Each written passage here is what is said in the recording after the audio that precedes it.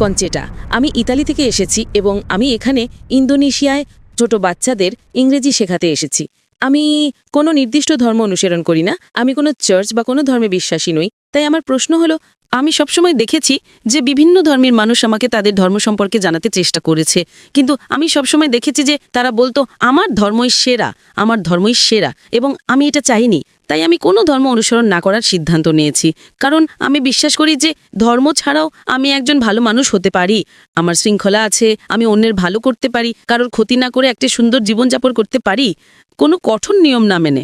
বোন, আপনি ইংরেজি ভাষার শিক্ষিকা, তাই না? শুধু এখানে ইন্দোনেশিয়া একটা অভিজ্ঞতার জন্য। ইন্দোনেশিয়ায় এখন আমি যখন ইংরেজি বর্ণমালা শিখেছি, আমি জানি তার ক্রম হলো ABCD।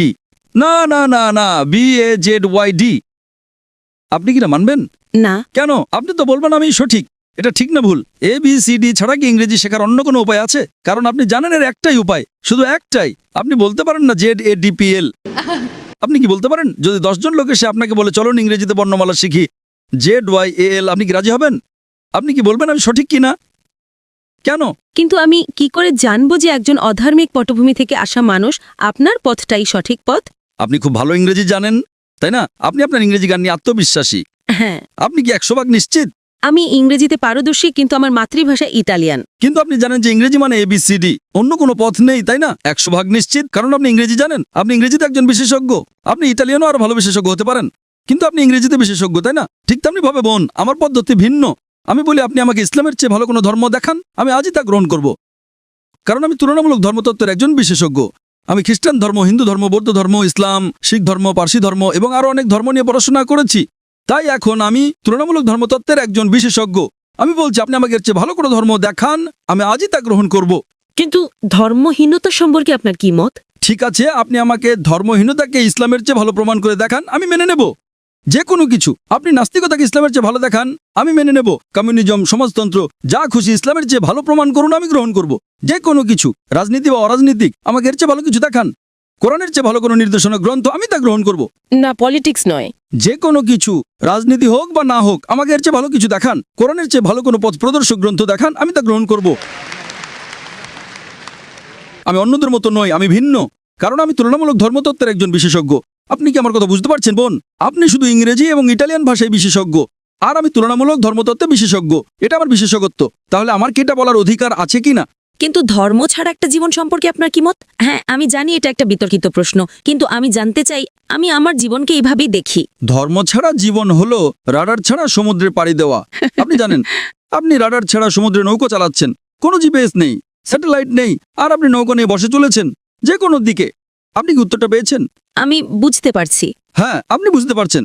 তাই এখন আপনাকে আপনার রাডার বেছে নিতে হবে।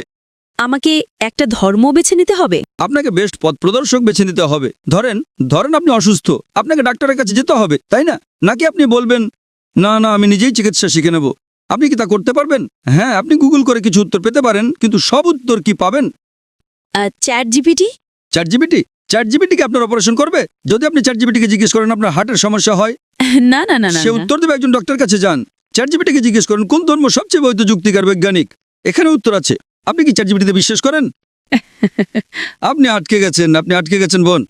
তাই আমি বলছি এটা আমার এক্সপার্টিজ এরিয়া। আপনার মতো মানুষের সাথে কথা বলে আমার বিশেষজ্ঞত্ব। এটা আমার বিশেষজ্ঞত্ব। আপনি অসুস্থ হলে ডক্টরের কাছে যান, তাই তো? আমি তো নিজেকে অসুস্থ মনে করি না। আমি বলছি না যে আপনি অসুস্থ। না, মানে আমি মনে করি না যে আমি রাডার হারিয়ে ফেলেছি। আমি মনে করি না যে এখন আমার কোনো রাডারের প্রয়োজন আছে। তাই আপনি অসুস্থ হলে ডাক্তারের কাছে যান না, তাই তো? অবশ্যই যাই। ও, তার মানে অসুস্থ হলে আপনার রাডার দরকার। না, কিন্তু ধর্মীয়ভাবে বলতে গেলে আমি নিজেকে পথভ্রষ্ট মনে করি না। কারণ আপনি জানেনই না যে আপনি কি হারাচ্ছেন। আপনি তখনই বুঝবেন যে কিছু হারিয়েছেন যখন জানবেন যে আপনার কি হারানোর ছিল। যদি আপনি না জানেন যে কি হারাচ্ছেন, তাহলে কিভাবে বুঝবেন, তাই না? দেখেন যে ব্যক্তি অজ্ঞ, সে খুব সুখী কিনা। সে ইংরেজি জানে না, কিছুই জানে না, সে খুব সুখী, ঠিক না ভুল? আপনি জানেন না যে আপনি কি হারাচ্ছেন। আমি যে আনন্দ পেয়েছি, আমি নিশ্চিত যে আপনি তা পাননি। হ্যাঁ, আমাকে শিখতে হবে। কারণ আপনি জানেন না। যে ইংরেজি জানে না সে বোঝে না ইংরেজি কি। আপনি ফলের স্বাদ চাখাননি, তাই না? এজন্যই আপনার জন্য আমার দুঃখ হচ্ছে বোন। আপনার জন্য আমার দুঃখ হচ্ছে বোন। না, তবে আমি বৌদ্ধ ধর্মের চিন্তাভাবনার প্রতি বেশি বিশ্বাসী। যেমন আপনার শরীর একটি মন্দির, যেমন ঈশ্বরী আপনি, যেমন আপনাকে। ও, বৌদ্ধ ধর্ম। আচ্ছা, বুদ্ধের শিক্ষা কি? আমি জানি না, আমি তো পড়িনি, দয়া করে বলুন। তাহলে এখন বৌদ্ধ ধর্ম সম্পর্কে কথা বলছেন, আর আপনি জানেন না বৌদ্ধ ধর্ম কি? আমি বিশেষজ্ঞ নই, কিন্তু আমি কিছু বই পড়েছি এবং সেখানে বলা হয়েছে যে বুদ্ধই আসলে আপনার মধ্যে আছেন। মানে আপনি নিজের উপর কাজ করে একটা ভালো জীবন পেতে পারেন এবং অন্যের সাথে ভালো ব্যবহার করতে পারেন, আর সেটাই যথেষ্ট। তাই নিজের উপর কাজ করাই আসল। একথা কে বলেছে? এটা তো বৌদ্ধ ধর্মের শিক্ষা নয়। হয়তো এটা তার একটা অংশ, কিন্তু মূল শিক্ষা নয়। বুদ্ধ 4টা মহান সত্যে বিশ্বাস করতেন। 1 নাম্বার, এই পৃথিবীতে দুঃখ এবং কষ্ট আছে। বুদ্ধের প্রথম মহান সত্য ছিল যে এই পৃথিবীতে দুঃখ এবং কষ্ট আছে। 2 নাম্বার, এই দুঃখের কারণ হলো আসক্তি বা আকাঙ্ক্ষা। 3 নাম্বার, দুঃখ দূর করতে হলে আকাঙ্ক্ষা দূর করতে হবে, এবং 4 নাম্বার, আকাঙ্ক্ষা দূর করার জন্য অষ্টাঙ্গিক মার্গ অনুসরণ করতে হবে। এটাই গৌতম বুদ্ধের শিক্ষা। আপনি কি ইসলামের কোনো বই পড়েছেন? না, আপনি কি কোরআন পড়েছেন? আমি পড়ব। আচ্ছা, আপনি কি আমার জন্য একটা কাজ করতে পারেন? আপনি কি কোরআনের ইংরেজি অনুবাদটা পড়ছেন না কেন? দয়া করে একটা খোলা মন নিয়ে কোরআনের ইংরেজি অনুবাদটা পড়ুন। হ্যাঁ, খোলা মন নিয়েই পড়ব। কোনো রাডার ছাড়াই পড়েন, সমস্যা নেই। একটা খোলা মন নিয়ে পড়েন। পারলে ভুল খোঁজার চেষ্টা করেন, কোনো সমস্যা নেই। আপনি যত বেশি ভুল বের করার চেষ্টা করবেন, আমি তত খুশি হব। যখন আপনি কোরআন পড়বেন তখন একটা বিশ্লেষণী মন নিয়ে পড়বেন। কোরআনে ভুল খুঁজে বের করার চেষ্টা করেন, কোনো সমস্যা নেই।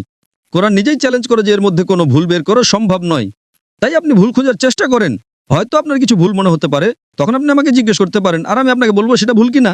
কারণ এটাই আমার এক্সপার্টিজের জায়গা। তাই আপনি যে ভাষায় বোঝেন সেই ভাষায় কোরআন পড়ুন, ইটালীয় বা ইংরেজি ভালো হবে। আমি আপনাকে আব্দুল্লাহ ইউসুফ আলীর অনুবাদটা পড়তে অনুরোধ করছি। আমি আয়োজকদের অনুরোধ করব যদি তারা বোনকে একটা কপি ঘম্পি দিতে পারেন। আপনি কি এতে সই করে দেবেন? ইনশাআল্লাহ আমি সাইন করে দেব। ধন্যবাদ। অনুষ্ঠানের শেষে আমি আয়োজকদের অনুরোধ করব যদি আব্দুল্লাহ ইউসুফ আলীর ইংরেজি অনুবাদটা পাওয়া যায়, ইনশাআল্লাহ। যদি না পাওয়া যায় আপনি আপনার ঠিকানা ভলেন্টিয়ারদের কাছে দিয়ে যেতে পারেন, আমরা পাঠিয়ে দেব। যদি এখন পাওয়া যায় আমরা এখনই আপনাকে দেবো, ইনশাআল্লাহ। ঠিক আছে বোন, আপনি এটা পড়ুন এবং আমি আল্লাহর কাছে প্রার্থনা করি যেন তিনি আপনাকে সঠিক পথ দেখান। আপনাকে অনেক ধন্যবাদ।